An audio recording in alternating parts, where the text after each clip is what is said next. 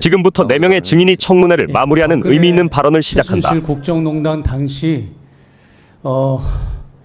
자당 출신의 대통령임에도 불구하고 지금의 국힘당의 모체가 되는 한나라당 의원들께서는 성역 없이 의기와 패기를 가지고 그 국정농단 사태에 열성을 다해서 진실을 파헤쳐 주셨고 함께 해주셨습니다.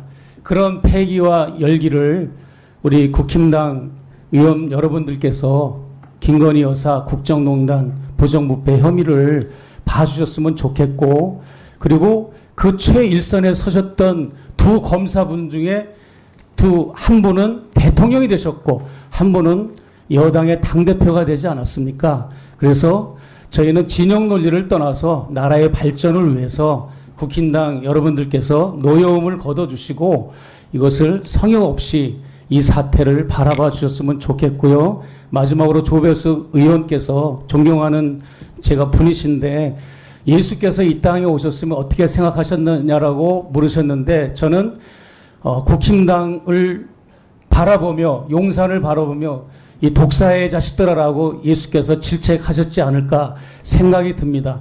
구약의 선지자와 예언자는 앞날을 점치는 사람들이 아니라 부자와 권력을 질책하고 옳은 길로 인도했고, 신약 성경의 세례 요한은 헤롯 임금이 자기 제수씨와 동거하는 것을 참다 못해서 그 권력을 향해서 지적을 해가지고 목이 잘라서 순교를 한 게 세례 요한입니다. 그렇기 때문에 김건희 여사를 제가 품지 못했다라고 질책을 하시는데, 진정한 목회자는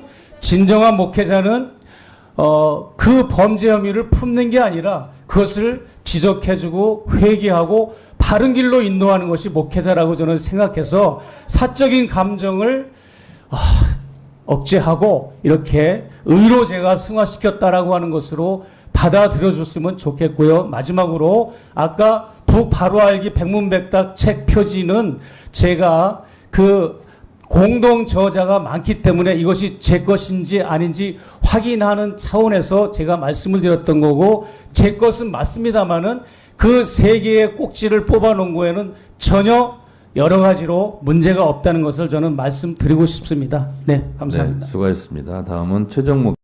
네, 많은 국민이 대통령 배우자가 명품백을 받은 장면을 지켜봤지만 권익위는 제대로 된 조사 없이 사건을 종결했습니다.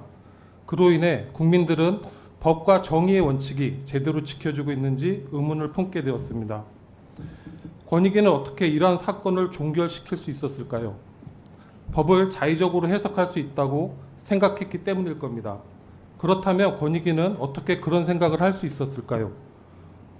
권익위보다 힘이 센 검찰과 법원도 그렇게 하고 있다고 판단했을 가능성이 큽니다. 최혜병 사망 사건, 도이치모터스 주가 조작 사건, 이태원 참사 등 모두가 대통령 배우자의 명품백 사건을 종결시킨 시스템과 같은 방정식 위에 놓여 있다고 생각합니다. 이에 대한 대안을 말씀드리고 싶습니다. 이러한 사건의 반복을 막으려면 권익위뿐 아니라 권익위와 유사한 공적 역할을 수행하는 검찰과 법원의 시스템도 동시에 혁신해야 합니다. 왜냐하면 법과 질서에 기반하여 공공의 이익을 지키는 역할에 검찰이 칼이고 법원이 저울이라면 권익위는 방패이기 때문입니다. 검찰의 조서, 법원의 판결서, 권익위의 의결서를 데이터로 충분히 분석할 수 있도록 법을 개정해 주실 것을 건의드립니다. 이 모두는 행정문서이기 때문에 적극적으로 공개하고 활용되어야 합니다.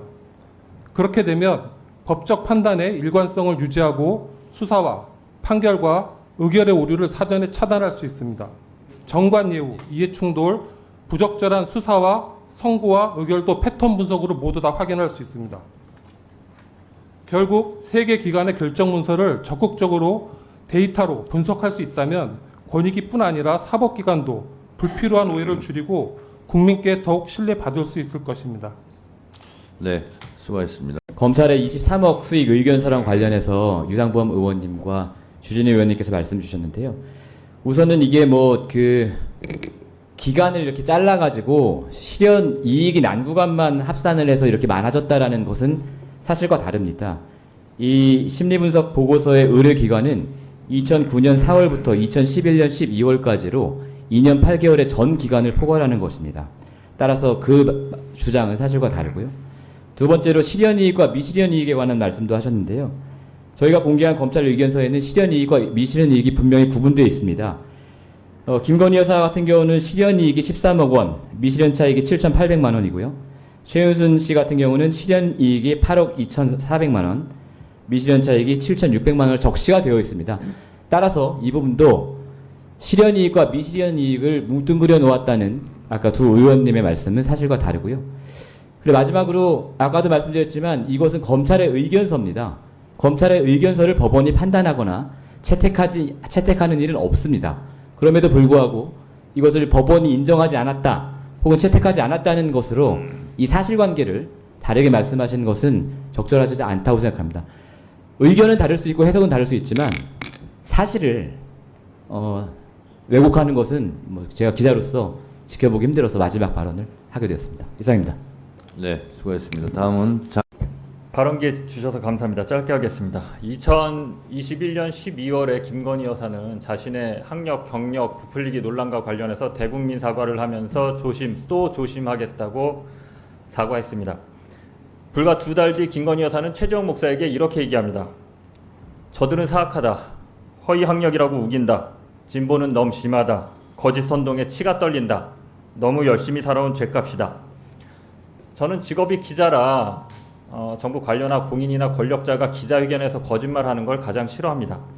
그런데 디올백 사건 관련해서도 똑같은 일이 다시 벌어지고 있습니다. 국고 횡령이라 못 돌려준다더니 이제 와서는 깜빡 잊고 못 돌려줬다고 합니다. 이렇게 말이 바뀌면 기자나 국민들은 모욕감을 느낍니다. 저는 이 사건을 특정 보도한 기자임에도 불구하고 오늘 이 자리가 너무 힘듭니다. 디올백 얘기가 이제 좀 그만 나왔으면 좋겠습니다. 김건희 여사가 결자 해지할 때라고 생각합니다. 감사합니다. 네, 수고했습니다.